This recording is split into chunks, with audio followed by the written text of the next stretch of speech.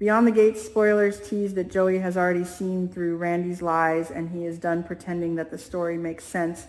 He is done nodding like a fool, while Randy strings together half-truths that fall apart the moment you touch them. Joey heard June defend the homeless man Hammer with such fierce certainty that something clicked, not gently, more like a crack in glass spreading too fast to stop. The robbery against Hayley was wrong from the start. Wrong in the way details refused to line up. Wrong in the way Randy kept repeating the same explanation as if memorizing it instead of remembering it. Joey cannot continue to accept that coincidence brought everything together so neatly, because neat is never real in this town. June's defense of Hammer was not emotional nonsense. It was specific, sharp. She insisted Hammer would never hurt anyone, would never stage violence for money or jewelry. Joey replayed her words again and again, and he realized the robbery felt arranged, like props placed on a stage. If someone wanted a scapegoat, who better than a homeless man with no lawyer, no strong voice, no protection? Hammer was convenient, too convenient. And Joey hates convenience in crimes, because convenience usually hides intention. Money and Hayley's ring were the two things taken, two items too deliberate to be random. Cash can disappear easily, a ring can be sold or hidden, but also sentimental, also symbolic. Whoever planned it knew what to target. And then there is Hayley, endlessly defending Lynette, brushing off suspicion, almost overacting her loyalty. That bothers Joey more than the robbery itself. Hayley defends Lynette like someone protecting a partner, not a friend. Randy does not support Lynette openly. He complains about her recklessness, yet somehow he is always dragged into her chaos, always cleaning up after her mess. That alone makes Joey suspicious. If Randy's in charge of finding the culprit, if Randy's the one assigned to chase the truth, then he controls the direction of that truth. And if Randy is involved in the robbery, he will never confess it to Joey. Someone else must take the fall. Hammer fits that role too perfectly. Joey does not confront Randy immediately. He watches, he listens, he pretends to believe. He investigates quietly, looking into Randy and Hayley both, and then another crack appears. Joey knows Randy lied about not being involved with Bill's wife. It was a small lie at first, a denial too quick, too rehearsed, but then Bill himself reacts strangely when he sees Randy, calls him Sammy with surprise that looks like recognition buried under confusion. That moment is electric. Joey does not miss it. Bill's face shifts. Not anger, not exactly, more like shock at seeing a ghost using a different name. Hayley avoids eye contact when Bill speaks.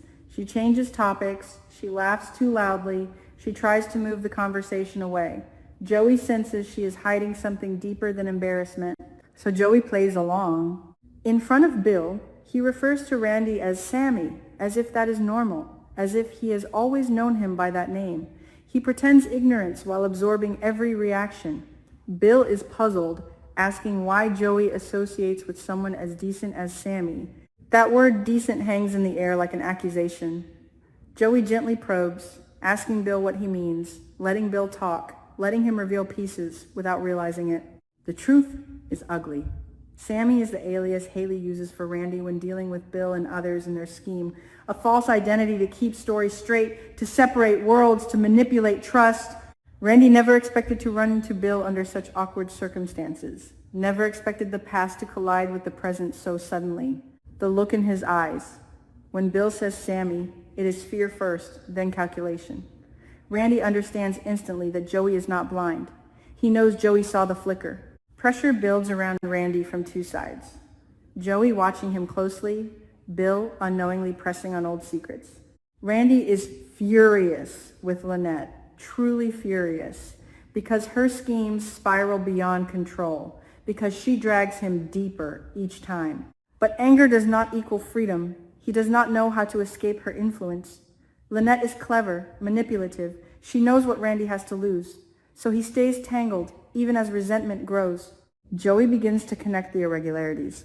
The staged feeling of the robbery, Hayley's fierce defense of Lynette, Randy's control over the investigation, the alias Sammy, the lie about Bill's wife. These are not separate incidents. They are threads of the same web. Joey senses that Hayley and Randy share something more than casual loyalty. Their glances are coded. Their arguments seem practiced. Even their disagreements feel rehearsed, as if they must maintain a certain appearance in public. If the robbery was staged to blame Hammer, then the goal was not just money. It was distraction. It was misdirection. Money and ring as visible motives, but behind that maybe something else, something tied to Bill, to past affairs, to financial manipulation. Joey does not yet know the full shape of it, but he knows the outline. He needs proof. Bill may become the key without realizing it. Through the investigation into the attack on Hayley, Bill keeps asking questions, keeps recalling moments when Sammy appeared unexpectedly helpful, when money shifted hands, when promises were made quietly. Bill's confusion becomes memory, and memory becomes testimony. Joey listens carefully, never revealing how much he suspects. He lets Bill talk about Sammy's kindness, about how Hayley vouched for him, about small inconsistencies that seemed harmless at the time. Randy feels the net tightening. He notices Joey's silence is heavier now, less friendly. Conversations pause longer. Questions come disguised as casual remarks. Randy considers confessing part of the truth. Maybe admitting the alias was just to avoid personal complications. Maybe blaming Lynette for exaggerating a simple plan. A partial confession could buy time, could reduce suspicion.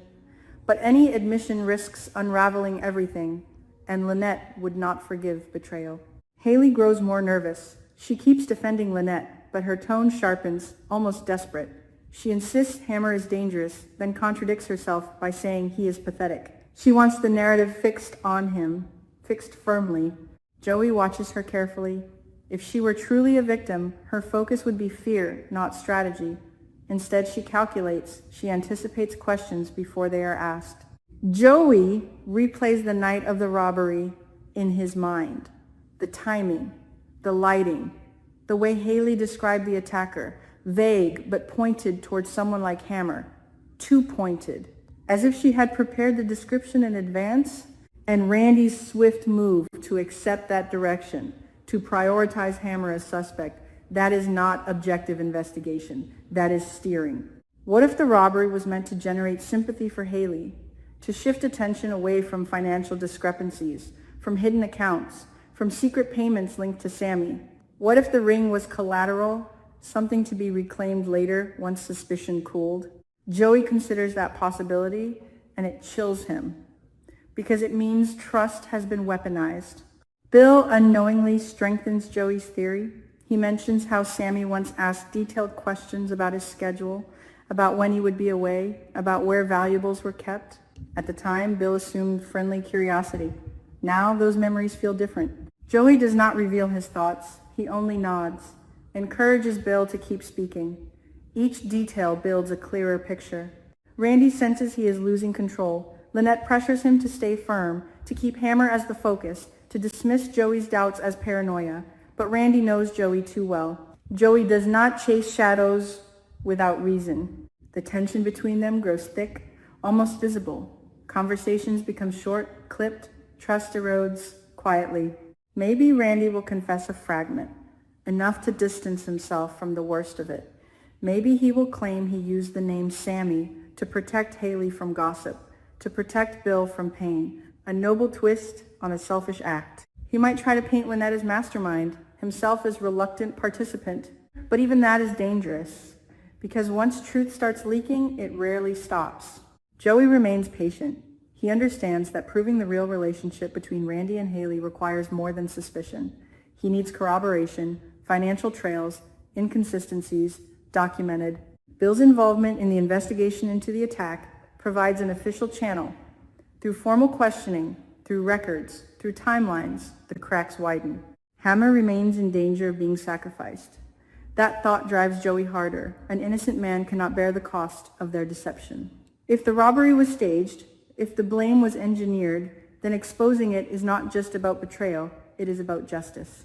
The web tightens slowly, not with dramatic explosions, but with quiet realization. Joey sees that Randy and Hayley share glances when certain names are mentioned. He notices how Hayley's fear disappears when she thinks no one is watching. He observes Randy's irritation whenever Lynette is criticized, irritation mixed with fear. In the end, the secrets cannot remain buried. Bill's memories, Joey's instincts, the inconsistencies in the robbery, they converge. Randy stands at a crossroads, either confess enough to survive or continue the lie until it collapses on him. Hayley's defense of Lynette begins to look less like loyalty and more like self-preservation. And Joey, calm on the surface, is already steps ahead, ready to reveal what he has pieced together once the final proof falls into place.